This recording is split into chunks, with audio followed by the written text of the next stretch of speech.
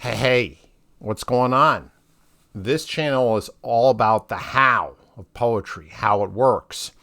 But I also want to make the occasional episode talking about the when and the why. So we're keeping the big picture. I think, especially for folks beginning their poetry journey, exploring stuff, they might also be playing with music. They might also be writing some essays or trying out short stories or doing some acting. Just generally exploring all the different areas of their creative self. So that begs a really interesting question, which is when should you write a poem versus some other type of writing if you're exploring your creativity? Let's break it down. Okay. We're going to start with the most obvious, I think, which is the essay. The essay, to me, is something that you can work on really at any point in time because you could write a book review for Goodreads. You could write something in your journal, just a diary entry. You could write a polished email to a friend, just like correspondence or pen and paper letter. There's tons of different ways. Or you could write something more formal just to practice your chops, right? So the prose and the essay and the epistle and all these types of things are kind of this low-hanging fruit to me, where you should always have a bunch of irons in the fire, always be working on something, because it's kind of like the foundation. If we look at your writing skills as pyramid, you really want at the base of that pyramid like a fundamentally solid style, right?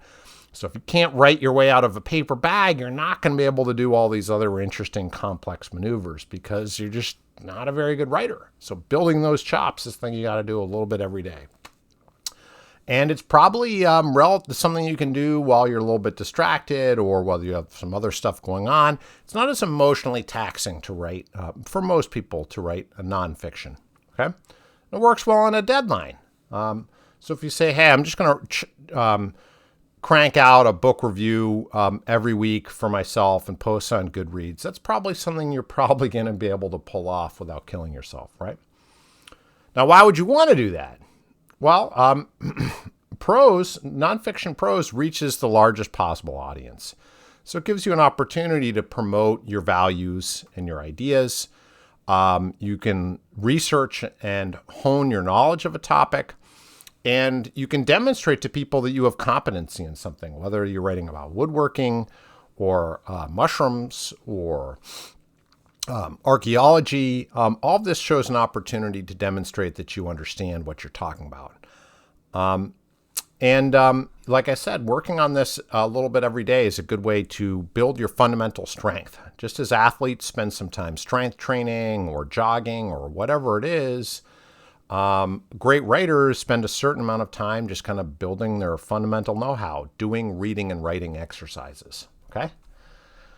Let's talk about the short story. Okay. Now, when should you be working on a short story? If you're like, hey, I don't know, maybe I'll write a poem today. Maybe I'll write a short story. I think anytime you have a couple hours to kill, you're in an airport, or, you're, waiting on an appointment and it's just going to be a very long period of time. Something got canceled and you're just stuck at a cafe for a couple hours.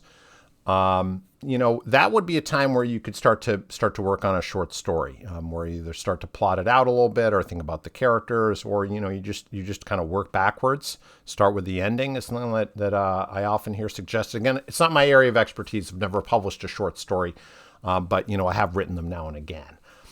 It could also be something where it's just like your occupation. If you are working night shifts, you work security, maybe you're at a desk for a while and you have this opportunity to long unanswered hours where you'd be able to do this type of thing. You could even write longer. You could write a novel, which leads us to the why, right? One of the key reasons I think would be great for more people to work on their short story skill set is because they want to write a novel. I think too many people try to write a novel without building their fundamental capacities in the fiction discipline. And working on fiction, you're writing 5,000 words, 7,000 words, somewhere in this 4,000 to 7,000 reach. And you really have to do that a lot. You have to write a lot of short stories to kind of get the rhythm of it, learn how to build that beginning, middle, and end. And really figure out what to take out to make things pop. And when you're doing that a lot, you're building a lot of really, really useful skills that's going to translate into your ability to work on a novel if that's what you so decide. You could also have some other motivations for wanting to write fiction. You want to transport and capture readers in a way that the nonfiction essay is probably not going to be able to do. You want to focus more exclusively on character and psychology. Or perhaps you want to comment. You want to satirize certain social conventions or mores that you feel are ripe for a little bit of prodding and poking. Short fiction works really great for satire. Okay, lastly, let's talk about why, when and why you'd want to write poetry. And I feel like this is a really, really interesting one because it's kind of whenever you have a few minutes, you could start to piece together a draft and just kind of sketch out some ideas. I've known poets who just write a line in a notebook whenever a line comes to them, and then they assemble it later. So it's a great practice to do if you are kind of busy. William Carlos Williams was a practicing physician, and I think between seeing patients, he probably just, wrote a little bit, right? So even if you have 5 minutes, you have the potential to use that wisely towards a poetic practice, assuming you have the tool set and skills to get deep quickly. So you got to practice it a lot. Poetry requires a lot of practice. You got to write a lot of poems and throw out a lot of poems before you start to get anywhere. But you can't just throw them out. You got to try revising them and reshaping them and discussing them and understanding what's working and what's not before you can try again. Wordsworth said, "Emotion recollected in tranquility," which is kind of this enduring formula. But sometimes we can't find tranquility in our lives, and we're still going to need to try to put ourselves into a state where we can write. So maybe some breathing exercises could help you get ready. Maybe just having a cup of tea and taking a reset, whatever it is, to kind of transition yourself so you're ready to go, oftentimes can be done pretty quickly. Why would you want to do this? Compared to the short story and the essay or nonfiction, you're going to create more intimacy with your reader. You might not find as many readers, especially initially. It's going to be hard to find people who are willing to engage with your poetry at first. But it is going to be very intimate for those who do choose to engage. You also kind of can build these unique bonds with other poets, either people who've practiced before you, who you're reading and inspired by their work, or you're thinking about, interacting and engaging and workshopping maybe with living poets. There's still this kind of special club you get to be part of that is really pretty cool and special. Obviously, you're going to improve your fine control of language, but I also think there's something else. You're going to end up living a kind of a more considered or deliberate life because you're reflecting on your life as you live it in a way that, it doesn't necessarily mean you're going to be more emotionally balanced or make better decisions about your life. But I do ultimately think it's more likely that you will live the life of that you're intending to, for good or bad. All right.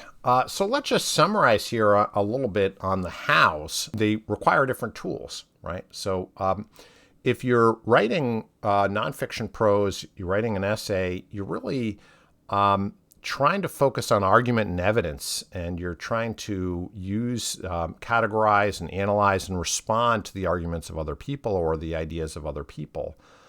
And that's very different from a story. You're able to expose your characters' conflicts and work them into a crisis and hopefully, partial or, maybe there is no resolution, but there's that kind of arc of conflict and crisis that every short story really kind of has to have. And allows you to kind of mix up these different modes of dialogue, epistolary, which is a kind of letter writing, and pastoral, that are these traditional ingredients used to make the short story. So if you like writing in a lot of different styles, and don't like to be pigeonholed in terms of your style, fiction is really pretty cool that way. Lastly, with poetry, you would write poetry because you want to focus on this aural shape, the sound of the poem, the sound in the ear, the shape in the ear. And that's something that's very special to poetry. Not to say that other types of writing can't do that and don't have that dimension, but it's much more priority in a poem because the lyric poem tends to be shorter and more musical. So naturally, people are going to be drawn to the sound of it and hopefully respond to that as much as anything else. Because of that, you're going to be balancing the kind of intellectual side with this more musical or sensory, sensual side. And those two have to find a balance in a poem. The balance can be different for different poems, but you need to appeal to both aspects of the brain in order for the poem to function. It could be you want to write poetry because you're interested in kind of heightening your speech. You want to elevate your speech into a dramatic register, into the type of thing that would be appropriate on stage. The types of utterances that we might not ordinarily hear in everyday life. Maybe you incorporate elements of ordinary speech and ordinary language that you find around you, but you're really filtering it down into something that is of a higher level of intensity. So poetry has that characteristic of intensity as well. Happy writing out there. Choose the approach and discipline that meets your time availability and your inclination, and go out there, have fun, and experiment. And leave me a comment. Thank you.